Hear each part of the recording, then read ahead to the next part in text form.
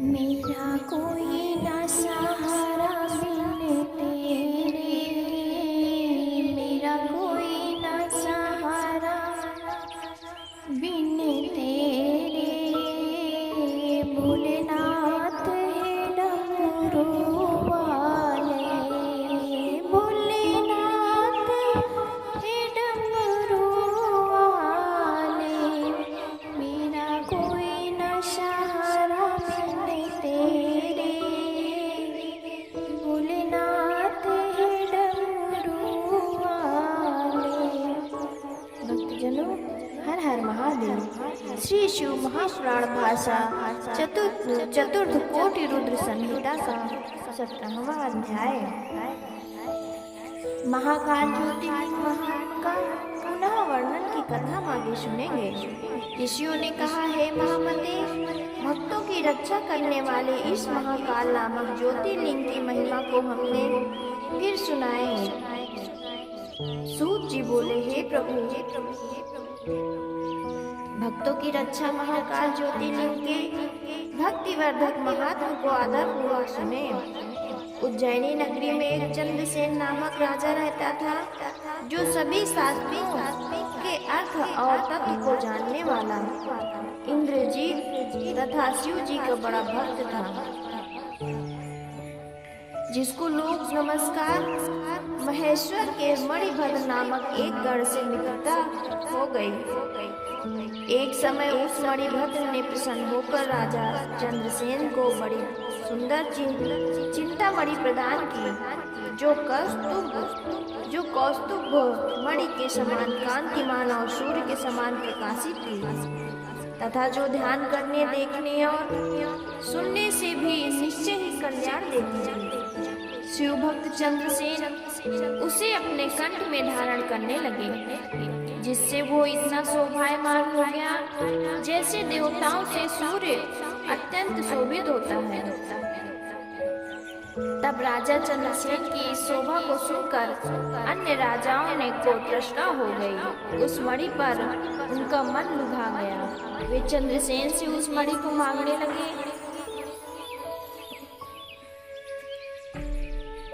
परंतु मणि को महाकाल के दृढ़ भक्त राजा चंद्रसेन ने उन राजाओं को नहीं दिया। इससे अपना तिरस्कार समझकर उन सब राजाओं ने चंद्रसेन को युद्ध में जीत कर मणि लेनी चाहिए और इसी अभिप्राय से उन्होंने अपनी सेना एकत्र कर उज्जैनी के चारों द्वारों को घेर लिया। तब उन राजाओं से उज्जैनी को घिरा देख राजा चंद्रसेन उन्हीं महाकालेश्वर की शरण में गया और दिन रात उनकी पूजा करने लगा। फिर तो महाकालेश्वर ने प्रसन्न हो उसकी रक्षा का उपाय किया और संयोगवश जो ही एक गोपी अपने गोद में एक बालक लिए उस नगर में भ्रमण करते हुए महाकाल के समीप पहुंची, त्यों हुई वो विधवा हो गई। परंतु कुछ देर तक वहां ठहरकर राजा के उस शिव पूजन विधान से भली भांति देखकर और पुनः अपने घर आई। तब उस संपूर्ण चरित को देखकर उस गोपी के पुत्र ने बड़ी उत्कंठा से शिव जी का पूजन करने की इच्छा की और एक रमणीय पाषाण को लेकर अपने शून्य शिविर में बड़ी भक्ति से उससे शिवलिंग की पूजा की। धूप, दीप, वस्त्र, अक्षत, गंध, आभूषण आदि और प्रतिम पदार्थ चढ़ाए। इतने ही मनोरम पत्र से पूजन की तथा नृत्य करके पुनः पुनः प्रणाम किया। जब इस प्रकार वो बालक शिव जी की पूजा में लगा ही रहा और समय होने पर भी भोजन के लिए ना आया, तो उसकी माता वो गोपी उसे बुलाने आई, परंतु उसके बार बार बुलाने पर भी वो शिव पूजा में अनुरक्त बालक न बोला। शिव जी के आगे नेत्र मूंद कर बैठा ही रहा, तो उसने उसे हाथ पकड़कर खींचना और ताड़ना भी किया, किंतु जब इस पर भी वो ना उठा और भोजन को ना गया, तो गोपी ने शिवलिंग को दूर फेंक कर उसकी पूजा को नष्ट कर दिया। माता द्वारा पूजा को नष्ट होता देख बालक हे देव ऐसा कहता हुआ पृथ्वी पर गिर पड़ा और सहसा चेतन को प्राप्त हुआ। प्राप्त कर सूखा कुल हो नेत्र खोल दिया। फिर तो उस पर उस महाकाल नामक शिव जी की कृपा होते देर न लगी और उसी क्षण वो स्थान शिव जी का सुंदर शिविर बन गया। और उस बालक ने देखा कि शिव जी की कृपा से वह स्वर्ण में बड़े बड़े द्वार तथा सुंदर कपाट और बंधनवार लग गए। वहाँ बड़ी ही सुंदर स्वच्छ नीलमणि की वेदियां शोभिमान हो गईं, जिन पर अनेक अद्भुत तत्व स्वर्णों के कलश स्थापित हो गए तथा प्रकाशमान मणियों के स्तंभों से स्फटिक मणि जटित वो भूमि तल शोभित हो गया। और गोपी पुत्र जिस पाषाण की पूजा कर रहा था वही उसके पूजनों सहित अपना कृपा सागर शिव जी के रथ जड़ित ज्योतिर्लिंग के रूप में उस मंदिर के मध्य आविर्भूत हो गया। फिर तो इस चरित्र को देखकर उस बालक का मन एक साथ ही विस्मित हो उठा और वो क्षण भर के लिए परमानंद सागर में मग्न हो गया। पश्चात उसने शिव जी की स्तुति की और पुनः पुनः उन्हें प्रणाम करके सूर्यास्त हुआ देख उस शिवालय से उठकर घर को गया। वहाँ क्या देखता है कि उसका स्थान इंद्र भवन के समान स्वर्ण में बड़ा अद्भुत शोभायमान बन गया है, जिसमें उसकी माता दिव्य आभूषणों से दीप्तिमान साक्षात देववधू के समान स्थित होकर सो रही थी। जब उस बालक ने घर में पहुंचकर सुख से पूर्ण हो शिव की दया की पात्र वाली जो अपनी माता को शीघ्र ही से उठाया, तो वो उठकर अद्भुत चरित्र को देख बड़ी ही प्रसन्न हुई तथा अपने पुत्र का आलिंगन करती हुई उसके मुख से गिरजापति शिव की प्रसन्नता को सुनकर प्रार्थना करने लगी। उसने कहा, जो रात दिन शिव का स्मरण करता है वो ऐसा ही सुखी होता है। पश्चात उस राजा ने भी अपना नियम समाप्त किया और रात में वहां आकर गोपी पुत्र के शिव के प्रसन्नकारक प्रभाव को देखा। उसके आनंद की सीमा न रही। राजा चंद्रसेन प्रेमाश्रुत बरसाता हुआ और शिव नाम उच्चारण करता हुआ बड़े प्रेम से उस बालक का आलिंगन करने लगा। उस समय अद्भुत दृश्य उपस्थित हो गया। सब लोग हर्ष से शिव कीर्तन करने लगे। इस अद्भुत चरित्र युक्त शिव महात्म्य के देखने से नगर निवासियों की वो रातें क्षण भर के समय व्यतीत हो गई।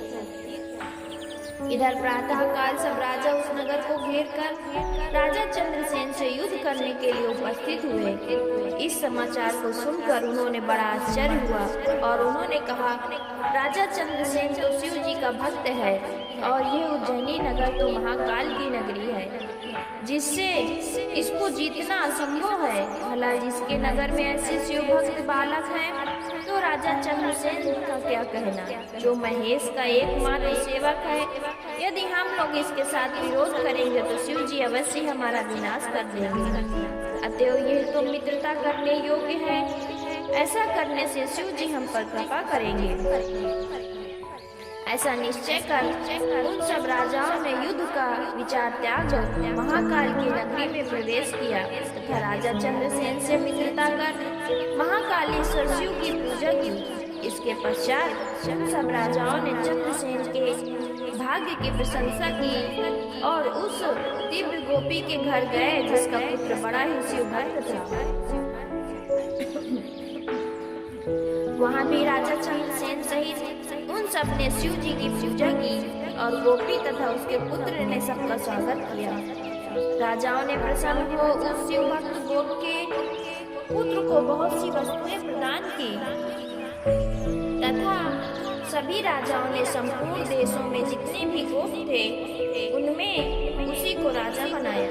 इसी समय वहाँ सब देवताओं से पूजित वानरों के राजा हनुमान जी प्रकट हो गए, जिन्हें देखकर सब राजाओं ने नम्रता से उन्हें प्रणाम किया और उन सब के मध्य में पूजित वानरों के स्वामी हनुमान जी उसको पुत्र का आलिंगन कर सब राजाओं की ओर देखकर ये कहा कि ये समस्त राजाओं हे मनुष्यों, शिव जी के बिना अन्य कोई मनुष्य को गति देने वाला नहीं है। देखो इस गोपुत्र ने तो बिना मंत्र के ही अपने स्वाभाविक प्रेम से कल्याणकारी शिव जी की पूजा की है। जिसे आज इतनी बड़ी कीर्ति प्राप्त हुई है। और यही नहीं,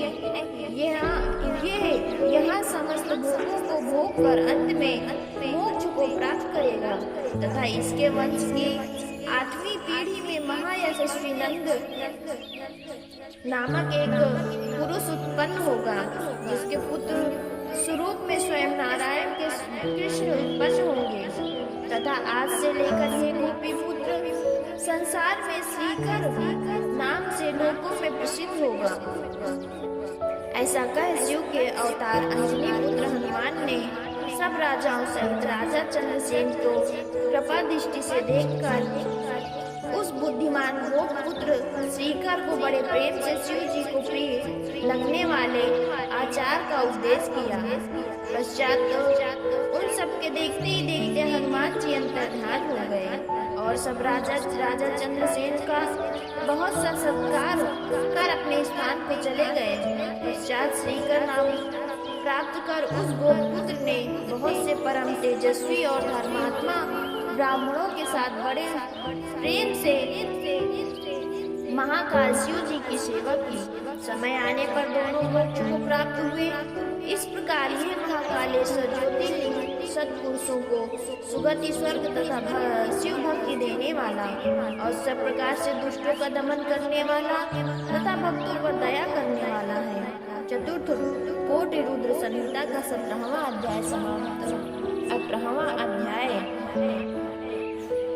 ओंकारेश्वर महासुर की कथा हम आगे सुनेंगे। ऋषियों ने कहा, हे महाभागसूत जी, आपने जो ये महाकाल नामक शिव जी के तीसरे ज्योतिर्लिंग की कथा सुनाई, इसके लिए हम आपके बड़े कृतज्ञ हैं। अब आप कृपा कर हमें समस्त पापों के नाशकारक ओंकार शिव जी के चौथे ज्योतिर्लिंग की कथा सुनाने की कृपा कीजिए। सूत जी बोले, हे ब्राह्मणों, किसी समय परम भक्तिमान नारद जी ने गोकर्ण तीर्थ में जाकर वहाँ उन गोकर्ण नामक शिव की बड़ी पूजा की और पुनः विंध्याचल पर्वत पर जाकर वहाँ भी उन्होंने बड़े मान पूर्वक शिव जी की पूजा किया। तब विंध्य पर्वत को यह अहंकार हो गया कि मुझ में सब कुछ है और किसी प्रकार की न्यूनता नहीं है। इससे वो अहंकार नाशक नारद जी के समक्ष जाकर खड़ा हो गया और मनुष्य रूप में अपनी अहम मान्यता प्रकट की। तब उसके ऐसे भाव को देखकर नारद जी ने कहा, हाँ, तुम अवश्य ही सौगुण आगार हो, परंतु सुमेरु पर्वत सबसे ऊंचा है तथा उसका देवताओं में विभाग है और वहाँ तुम्हारी कोई गिनती नहीं। ये कहकर नारद जी तो वहाँ से चले गए, परंतु विंध्याचल अपने मन में ऐसा दुखी हुआ कि मेरा जीवन आदि धिक्कार है, इसलिए मैं विश्वेश्वर शिव जी की आराधना का तप करूंगा। ऐसा अपने मन में विचार कर वो शिव जी की शरणागत हो बड़े प्रेम से ओंकार नामक शिव जी के पार्थिव मूर्ति बना उनकी पूजा करने लगा। 6 महीने तक नित्य उसने शिव जी की कठिन आराधना की। तब विंध्य के इस प्रकार के तप को देखकर शिव जी प्रसन्न हो वहाँ प्रकट हो उससे बोले कि हे विंध्य, मैं तुझ पर प्रसन्न हूँ, वर मांगो। विंध्य ने कहा, हे शंभु, यदि आप मुझ पर प्रसन्न हैं तो मुझे ये वर दीजिए कि जिससे मैं अपनी सब मनोवांछित कार्यों को अपनी बुद्धि से सिद्ध कर सकूं। ये सुन भगवान बहुत देर तक अपने हृदय में विचारते रहे कि ये मूर्ख विंध्याचल तो दूसरों को दुख देने वाले वर की इच्छा करता है। अब क्या करूंगी जिससे इसका शुभ वरदान भी हो जाए और दूसरों को कष्ट भी न हो। ऐसा विचार करते हुए शंभु ने तथास्तु कहकर अपनी वहाँ स्थित की और संपूर्ण देवताओं तथा ऋषियों ने वहाँ उपस्थित होकर उनके पूजन कर ये प्रार्थना की कि आप यहीं स्थित हुए, फिर तो भक्त वत्सल शिव जी संसार के सुख के लिए वहीं उसी प्रकार ओंकार और प्रणव इन दो नामों से सर्वदा के लिए स्थिर हो गए। हे ब्राह्मणों, तभी से पार्थिव में प्रकट हुए परमेश्वर इन दो नामों में वहाँ प्रसिद्ध हुए और ये दोनों ज्योतिर्लिंग भक्तों के अभीष्टदायक तथा मुक्ति भुक्तिदायक हुए। पश्चात सब देवताओं और ऋषियों ने बड़े प्रेम से उनकी पूजा कर अनेकों वर वरदान पाए, अनेकों वरदान पाए और वे सभी अपने स्थान को चले गए। विंध्य पर्वत ने भी अपने कार्य को साधा और दुख का त्याग किया। जो यहाँ पर जाकर शिव जी की पूजा करता है वो आवागमन से मुक्त हो जाता है, इसमें कुछ भी संदेह नहीं। इस प्रकार ओंकारेश्वर का महात्म्य मैंने तुमसे कहा। इसके आगे केदार नामक इस शिव जी की श्रेष्ठ लिंग का वर्णन करता हूँ, ध्यान देकर सुनो। चतुर्थ कोटि रुद्र संहिता का 8वां अध्याय समाप्त। भक्तजनों, हर हर महादेव, हर हर महादेव।